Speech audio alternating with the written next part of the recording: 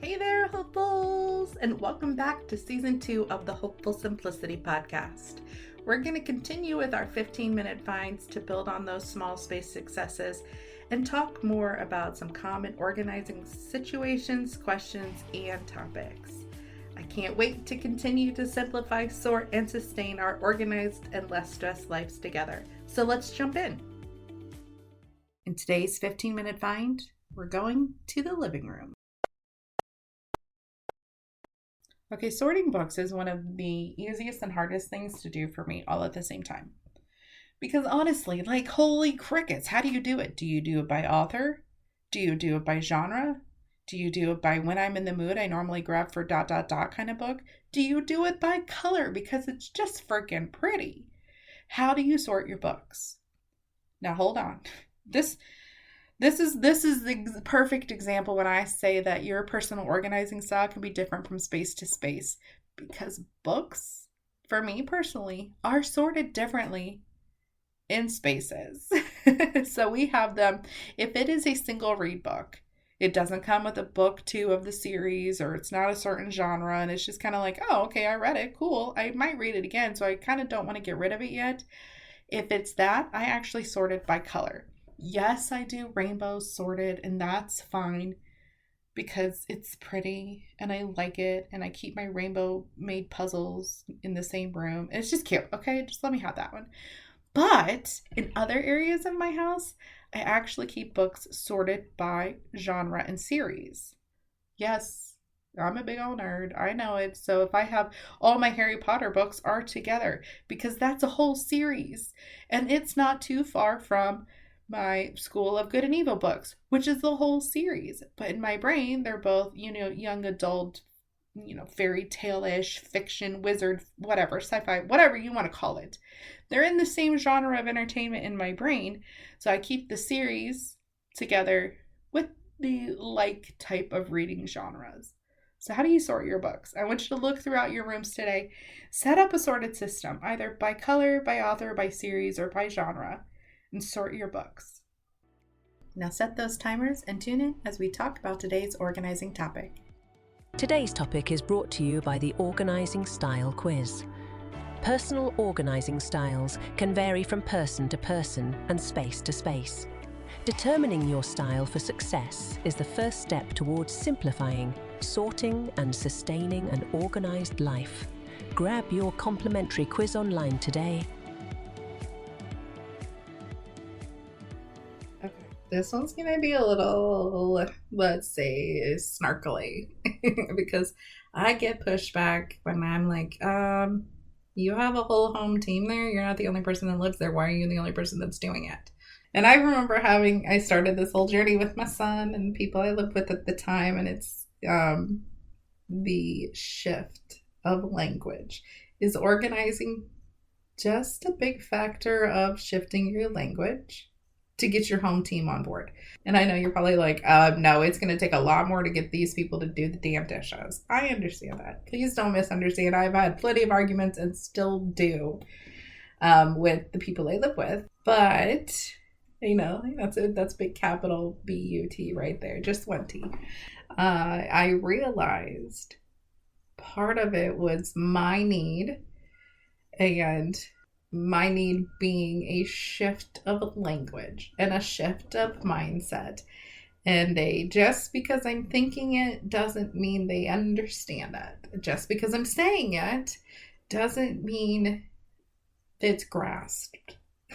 So, is organizing just a shift in language? Yes and no. So let's dive in just a little. Oh my goodness, I remember who was I talking to? I think it was Brenda.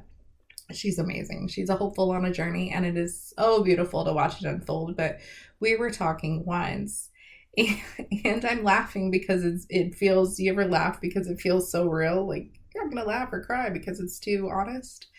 And it's, have you ever said to, let's go with your son. I have a son. She had a son. We could relate on that. I was like, yeah, have you ever said to your, why can't you just pick up your things? How come you can't just put it here? Why don't you know where your stuff is? I don't know what's for dinner. What are you cooking? All of these things And it comes out. I have a real sassy attitude, especially if I'm tired and I'm hungry and I don't want asked any more things, right? I don't care. I I often tell this story of this all really started for us here at Hopeful Simplicity when I was asked for what's for dinner and I literally did not care. It was a matter of I don't want to go to jail, so I can't lose my stuff fully, but at the same time I don't care if y'all starve because I was done making the decisions for the whole home team. And that's kind of where it started for me. And yes, we had to come to Jesus with myself moments. We had to step back and be like, okay, if somebody talked to me like I talked to them, I'd probably have a problem with that. I would probably think, why are you nagging me? But at the same time, why is it always my responsibility to remind and tell people everything? So there's been many moons of conversations between myself and myself and my home team. And those continue to happen, right? We all go through ages and stages and seasons of life. And so things are ever rotating. They're not just set up and done. Organizing is not a one size fits all. Organizing is a journey. It's not I'm just going to put things here. It's magically going to stay that way and nothing's ever going to change. It's unrealistic to think that. So you need to shift that language in itself to be like, organizing is a journey. And I'm sharing this home dwelling space with other people. So we are all on this journey together, whether they like it or not. But we have to realize that just because I think this way and I say things this way doesn't mean it's computing to other people.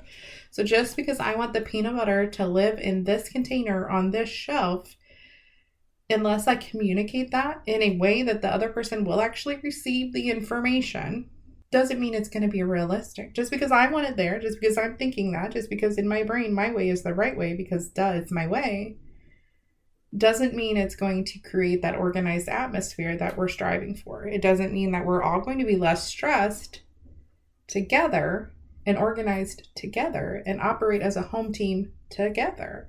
It means I think this goes there. It's going to piss me off when you don't put it there. I didn't communicate it to you clearly, but that doesn't make it my fault because why don't you just know it goes there?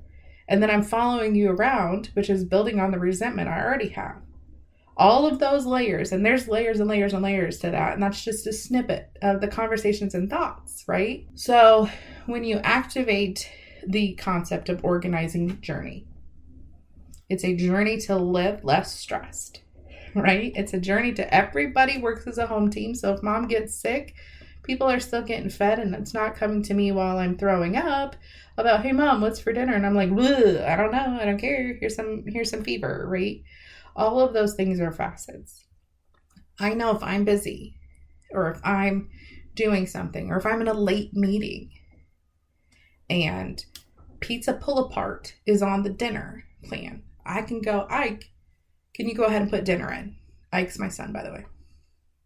I know I can go, kiddo, can you put dinner in? He'll be like, yep.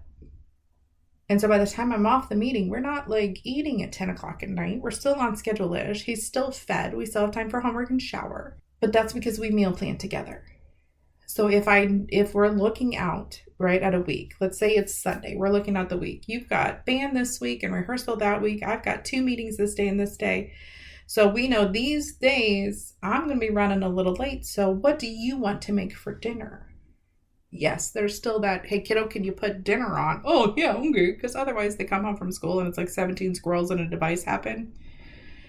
But it's not the, why do I always have to make dinner? How come you didn't just know? Why don't, blah, blah, blah, right? It takes that language of nagtastic out and it puts the home team feel in. Let's do another example. Another example is dishes. I hate dishes, but I love hanging out with my kiddo and laughing over an audiobook or a podcast together. I think that is freaking brilliant. And especially now that he's a teenager and still willing to be in the same space with me, let's just have the angels sing there, right? And so if all it takes now, and we've been on this journey for 7-8 years now, almost. So you got to think like it's been a hot mess of making. It's been plenty of arguments. There's been plenty of ughs. But now I know when I start washing the dishes, he automatically grabs the towel. He'll automatically be like, Mom, what do you want to listen to tonight? I know those things happen because we both have the same goal. We both have the organized life goal and the let's relax and have fun and be humans together goal. That's the big part of the less stress living is I want to hang out. I want to chill. I want to appear lazy even though my stuff is done. That's the human I want. I don't want to sit on the couch and have the 40, I should be doing this, this, and this, regrets in my head, and then staring at the people I live with going, oh, I guess the trash needs taken out, but you aren't ever going to see it. And if I tell you I wanted to take it out, you're going to think I'm nagging at you, so I'm just going to do it myself. Or if the bathrooms need cleaned, you don't clean it like I think I should, even though you're going to clean them, and then I'm going to have to go re-clean them because you don't do it right because my standards are different. See all the language things in there. I'm going to have to follow you to clean it right. I'm going to have to do it myself so we avoid an argument. Oh, you didn't see it, so if I tell you, I'm going to be nagging. Well, we have a list on the wall now, and days of the week are highlighted for Thursday is your laundry day. Hey, kiddo, what do you have on the plans today? I don't know. Let me go look. And then he's like, oh, it's Thursday, right? Yeah, looks like I'm doing laundry after school. Oh, awesome. I'll make sure my stuff's out of your way. See how the difference is there? It's not like, Mom, where's my laundry? Do you know where my soccer uniform is? How come I don't have clean socks? Say, kiddo, what's today? He chose the day, right? The language included the conversation of what day do you feel like you want this responsibility? When laundry started for him, the conversation happened of what tools do you think you need to successfully do this, and how can I help you learn the whole process? It started years and years ago. He was 8 when he started doing his laundry, and he's a midway teenager now. So it started with pictures. It started with the dry erase marker on the washing machine going, you need to set it here, and we would have a line to where the water temperature needed to be and a line to where the nozzle needed to be turned so you can turn it on, right? We had those tools. What do you need to take this over?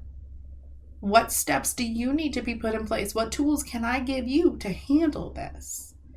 It's not go do your laundry, right? This isn't 300. We aren't just going to kick them off and yell Spartan and hope they fly when we push them down the hole. They have to have the language and tools to take over stuff. Now, my goal is to not have my 20-something-year-old call me from his apartment or from college and go, Mom, how do I do my laundry? Or Mom, how do I cook dinner? Or Mom, how do I do blah, blah, blah. My other goal is also to not think he needs a partner to run a household. So I know, I've got big ambitions, everybody. Hold on.